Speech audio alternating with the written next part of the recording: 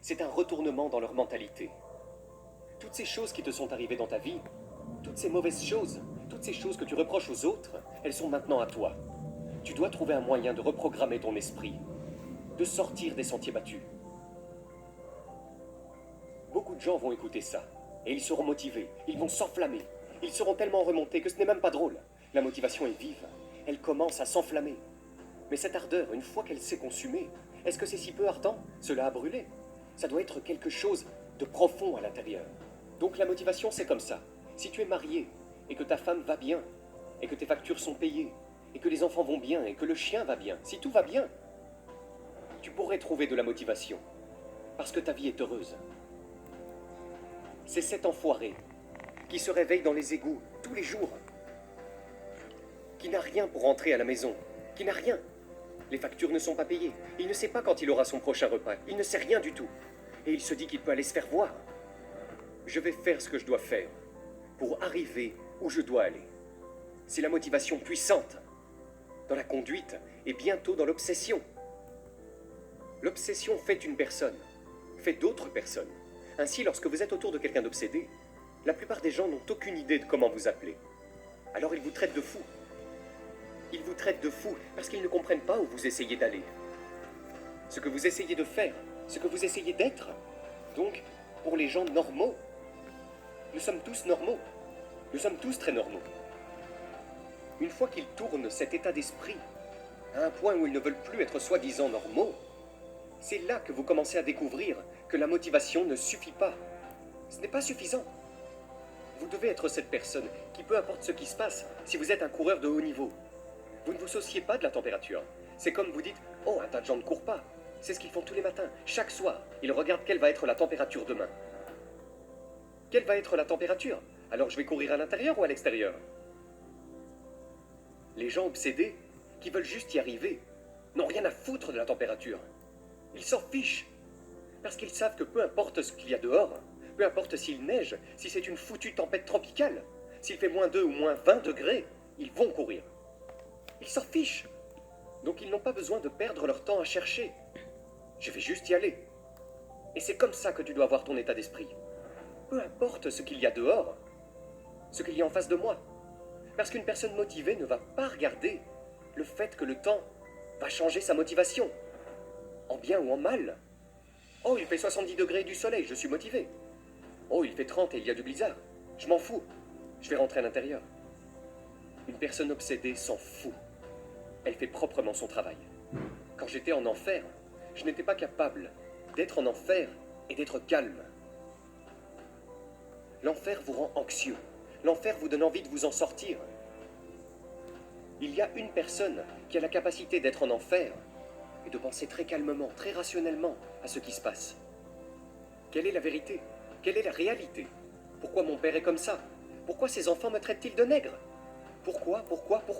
Il faut être capable de démonter les gens, de les décortiquer, de les disséquer et de voir ce qui se passe. Donc à l'époque, je n'avais aucune compétence. Je n'avais aucune compétence.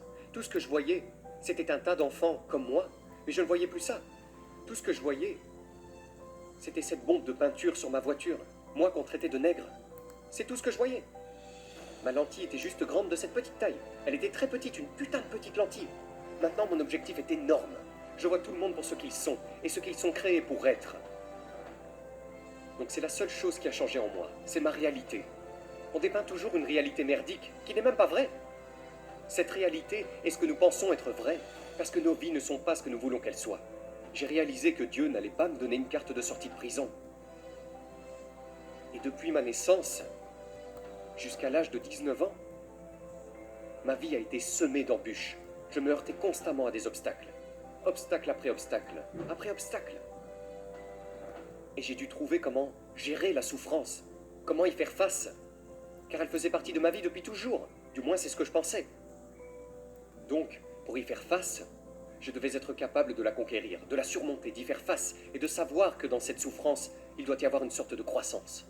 Chaque obstacle, je le considère maintenant comme une friction. Sans friction, il n'y a pas de croissance.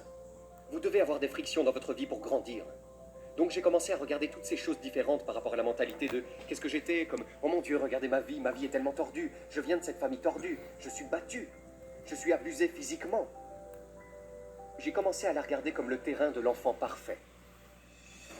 Donc j'ai retourné la situation dans tous les sens et j'ai dit, ok, je souffre énormément, mentalement. Utilise ça à ton avantage plutôt qu'à ton désavantage. Et c'est ce que j'ai fait. Au lieu de voir la situation comme, oh mon Dieu, qu'est-ce que j'ai fait, je ne sortirai jamais d'ici, je l'ai vu comme, ok, attends une seconde.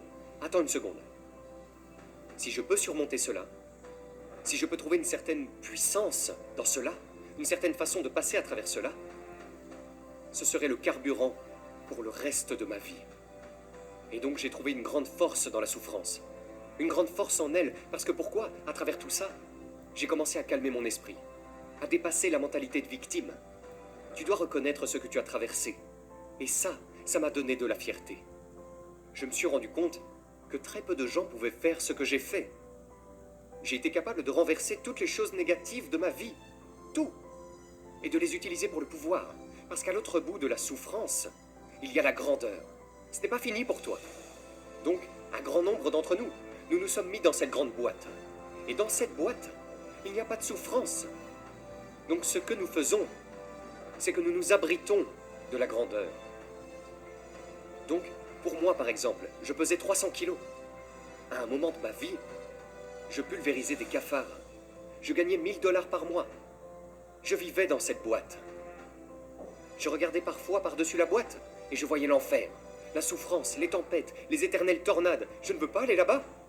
Mais je savais que si je pouvais traverser cette merde mentalement, de l'autre côté, il y avait une personne entendue de kilos, qui est un imbécile, qui a fait l'école des rangers, la seule personne qui fait ceci, la seule personne qui fait cela, la seule personne qui fait ceci. Mais c'est à travers toute cette merde que j'ai dû traverser. Donc tu jettes un coup d'œil par-dessus la boîte et tu y retournes et tu dis « Oh, je suis bien 300 kilos gagnant 1000 $ par mois, je suis bien ici. » Parce que cet obstacle, c'est de la souffrance. C'est de la souffrance. Et quand vous êtes prêt à aller au-delà de la souffrance et à voir que la souffrance est l'un des meilleurs moyens de grandir, que vous pouvez surmonter, parce que vous pouvez souffrir à long terme, vous pouvez souffrir lentement, ou vous pouvez passer par la douleur, et ensuite expérimenter ce qu'il y a de l'autre côté. L'autre côté est l'endroit où vous commencez vraiment votre voyage. Les gens pensent qu'ils commencent leur voyage parce qu'ils sont nés. Non. Il y a beaucoup de gens dans les tombes qui ont vécu 100 ans et qui n'ont jamais vraiment commencé leur voyage. Le vrai voyage commence quand vous sortez de cette boîte et vous commencez à grimper des montagnes et à grimper des montagnes. Et vous pensez que vous êtes au sommet de la montagne et vous descendez de l'autre côté en pensant « je suis là » et vous levez les yeux en disant « je suis foutu, il y a une autre putain de montagne ». Et ça continue, et ça continue, et ça continue. Et juste quand tu es prêt à abandonner, tu attends cette dernière montagne, tu descends et tu regardes, et tu es là. Et ça commence à avoir du sens pour toi. Ça n'a pas de sens pour vous, jusqu'à ce que vous sortiez de cette putain de boîte. J'ai parlé à tellement de personnes, et ce que je dis n'est pas pour tout le monde. Tant de gens n'ont pas la moindre idée de ce que je dis, parce qu'ils sont dans cette putain de boîte. Et c'est leur cerveau. Le cerveau est une chose très puissante. Il a un avantage tactique sur vous tout le temps. Il connaît vos peurs, vos insécurités. Il sait où vous ne voulez pas aller, donc il vous guidera loin de cela. Et c'est pourquoi le cerveau gagnera toujours, jusqu'à ce que vous le reprogrammiez. Il gagnera toujours, jusqu'à ce que vous le reprogrammiez.